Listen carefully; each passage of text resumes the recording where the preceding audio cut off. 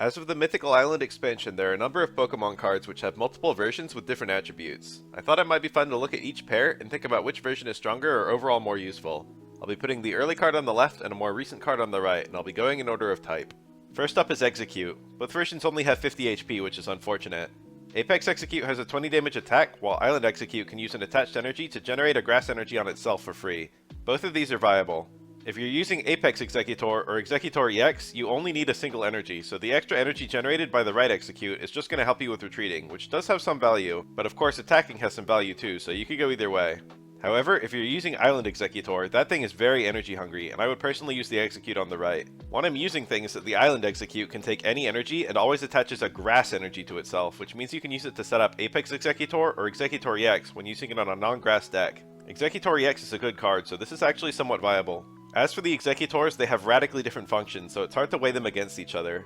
Apex Exeggutor is supposed to come out early and be a wall with a decent offensive presence, which can activate as early as your second turn of the game, and it's a fantastic card which is only held back by having a superior EX form. Island Exeggutor is a high investment sweeper that you could run alongside Superior to clean up the late game or halt other win condition cards. Both are great cards, and you could run either based on whether the rest of your deck needs help in the early game or the late game, though again, EX Exeggutor is just a better version of the first one in most cases. Next up is Snivy. These two have the same ratio of energy to damage, but if you're running this mon, you really don't even want it out in the field at all if you can help it. Given that, I definitely run the single energy version just so you can get an attack off on turn 2 or something before retreating. You'll probably evolve it right away, and Servine's attack costs 2 energies, so Island Snivy is more redundant with that. Using the promo Snivy and choosing not to evolve, for example if you went first, gives you a bit more versatility in a pinch.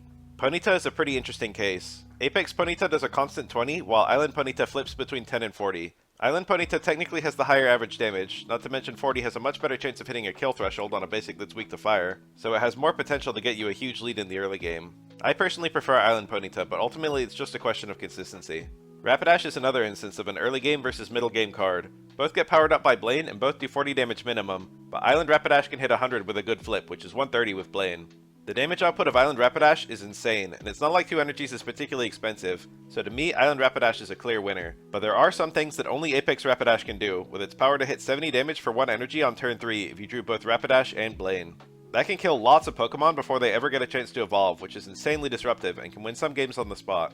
Salandit has 2 cards, Apex which does 20 damage and Island which does 10, that turns into 50 if the opponent is poisoned, and works off of any energy. If you're not running a card that can poison the opponent, the first Salandit is the obvious choice, and presently there aren't that many cards that can poison the opponent that work in a fire deck, though obviously you could chuck Island Salandit into a dark deck I guess. If you are running a Pokemon that can poison, I think Island Salandit is a clear winner, though I have seen a meta deck build that uses one of each, oddly enough. The 2 Salazzles are very interesting. Apex Salazzle has more HP but takes 2 energies to attack, while Island Salazzle only needs 1 energy and gets a poison effect. In an absolutely ideal world, the left Salazzle is doing higher damage per turn since it's doing 60, while right Salazzle is only doing 50 per turn between the 30 damage attack and 2 takes a poison. However, the poison will continue to tick down even if your Salazzle is defeated or retreats, not to mention it sets up Venishocks from your other Pokemon such as Salandit. And attacking faster has some value too. I consider the Island Salazzle to be usually the better of the 2 in light of all this. Both Magikarps are utterly irrelevant cards as far as combat goes. I'd absolutely run the one with Leap Out since it saves you an X speed or an energy if you're forced to lead with it. There's no discussion here, 10 damage probably won't kill anything in 100 games. The 2 Vaporeons have radically different purposes. One has higher HP and a healing effect, which together make it dramatically tankier, while the other one can be used to shuffle energies around between your water types. Apex Vaporeon seems like a middle to late game cleaner I guess, and it's not a horrible card, but I haven't seen anyone use it yet. But the Island Vaporeon is fantastic for how versatile it is. You can have something like an Articuno with 3 energies, and the moment it starts to get low on HP, you can use a leaf to get it out, and then have Vaporeon move Articuno's energies to itself or a Blastoise EX or something. It lets you have dramatically more fully invested mons at once basically. Plus it lets you actually do something with all the spare energies you can get on a crazy Misty Flip. If you're gonna run Vaporeon in your water deck, I'd absolutely use the Island version and build the team around that. Apex Pikachu can do 20 damage for 1 energy, while Island Pikachu does between 0 and 30 depending on your bench. This really depends on your team and how many basics you're running, but I think the first one is going to be a little bit more stable. Though the Island's Pikachu can do some cool things if you're lucky, like one-shot Staryu or Island's Pidgey from full health on turn 2, or 2-shot 60 HP Pokemon. The 2 Raichu cards are dramatically different in function. The Apex version is crazy strong, but discarding 3 energies is an absolutely insane setback even for this damage output. It really only works alongside Lieutenant Surge to pick up your last point, or alongside multiple copies of both Magneton and Surge, but it one-hit KOs a ton of the meta. The Island Raichu has decent damage and an extremely strong effect which can be used every turn, and I personally think it's a little slept on as cards go. You can use either one I guess, but Apex might be a bit better or at least easier to slot into decks that have Surge, but Island is better without Surge. Here's Electabuzz. The Apex version has 40 to 80 damage for 2 energies, which is actually fantastic damage output, but if you lose your flip, you hurt yourself, and it's not like this card has very much HP. If you miss that flip, good odds you miss the kill, and the thing might be able to kill you back with your lower HP total. Island Electabuzz has an effect identical to Zebstrika, but with 10 more damage for 1 more energy. Zebstrika being able to attack sooner is actually insanely important for hitting targets on the bench which can evolve, most notably Magikarp, and the 10 damage differential isn't that important. But Electabuzz is nice in that it only takes up 2 slots in your deck instead of 4 I guess. Both Electabuzz cards are viable, but the function Island Electabuzz serves is more rare and useful. Both Clefairy cards seem similarly viable since they have the same HP, damage, and retreat cost. However, if you look carefully, you'll see that while both feature the moon, only Apex Clefairy features other Clefairies dancing, so I think that one would be superior in most decks. Haunter's main purpose is to evolve to Gengar, so both of its cards occupy the same role in a deck. Both Haunter cards attack for 1 energy, but one does 30 and the other does a coin flip for 50. I personally value the higher max damage on the promo Haunter more than the higher average and consistency of the Apex Haunter, so I'd run the second one, but this is mostly player preference I think. It's hard to say what kill thresholds are at stake here. I guess if you're using Gengar EX, then Haunter's 30 or 50 damage into Gengar's 100 are the combos you'll be considering. Mankey actually has 3 different cards somehow, and all are similarly viable. The Apex version has 60 HP, which is better than the other two, and actually does dodge some kill thresholds, and it has a nice stable 20 damage attack. The Island Mankey does an enormous 50 damage, but only on a coin flip, and the promo Mankey does 30 but hits itself for 10.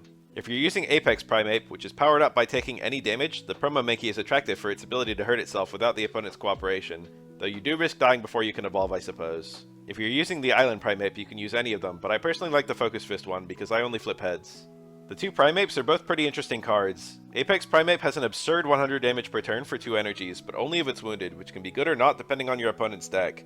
Regardless, it's hard to one-shot in the early game, so it's likely to at least get 100 damage attack off, and depending on how the opponent plays, it can rapidly win games. Island Primeape is an early game fiend, which hits 50 every turn for a single energy, allowing you to overwhelm many basic cards while also building up your bench, basically like a better Farfetch'd. They have different roles, and both are viable but in radically different decks. The Island Primeape is notably very strong in the rushdown decks common to fighting right now. The whole Geodude line has 2 versions. Geodude can either do 20 damage for 1 energy or 30 damage for 2. I consider the 20 damage version usually better since it wants to evolve right away and only wants to spend a single turn as a Geodude. Which version of Graveler you use might depend on which version of Geodude you brought. The 2 energy version pairs better with the 1 energy Geodude since you can attack, then evolve, attach your energy, and still attack. Meanwhile, the 3 energies Graveler pairs better with the 2 energies Geodude since again, you can attack, evolve, and still attack. Amusingly, this means Apex Geodude has synergy with Island Graveler, while Island Geodude has synergy with Apex Graveler. However, despite the much higher damage of the 3 energies Graveler, both Golems require 4 energies, and you can get both at once on your evolving turn between your normal energy attachment and Brock.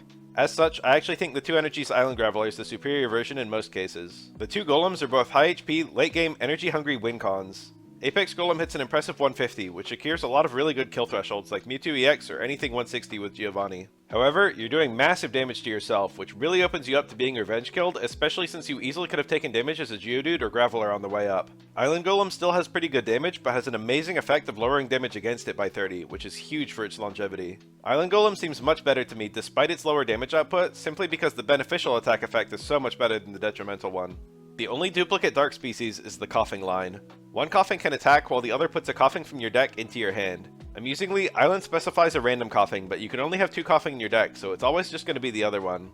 I guess you could potentially draw either Koffing if you have 2 Koffing in your deck and you're a Ditto with a Dark Energy copying your opponent's Island Koffing. Koffing's main purpose is to evolve to Weezing, so it doesn't matter much which one you use. Personally, I like to run the attacking one.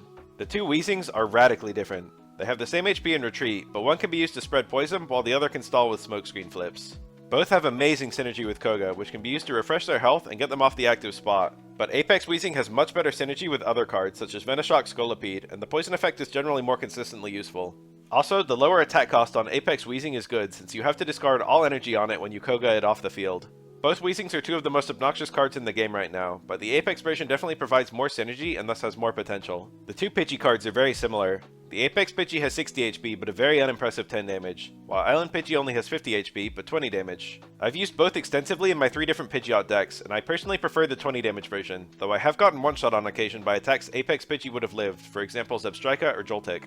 Pidgeotto is a different question. To me, the 1 energy version is a clear winner. 1 energy on a stage 1 Mon means you can go first and evolve and attack at the same time on turn 3, which is especially huge since you can then evolve and attack again on turn 5 since Pidgeot only requires 2 energies. This makes the Pidgey line unusually strong if you get the first turn, a situation where most other cards suffer. Additionally, the 3 energy Pidgeotto has poor synergy with Pidgeot, which only requires 2 energy. If you're running Pidgeot EX, which also requires 3 energy, then you could run either Pidgeotto, though personally I still give my blessing to Apex Pidgeotto with its cheaper attack. Jigglypuff can either spend 2 energies to do 30 damage, or 1 energy to put the opponent to sleep.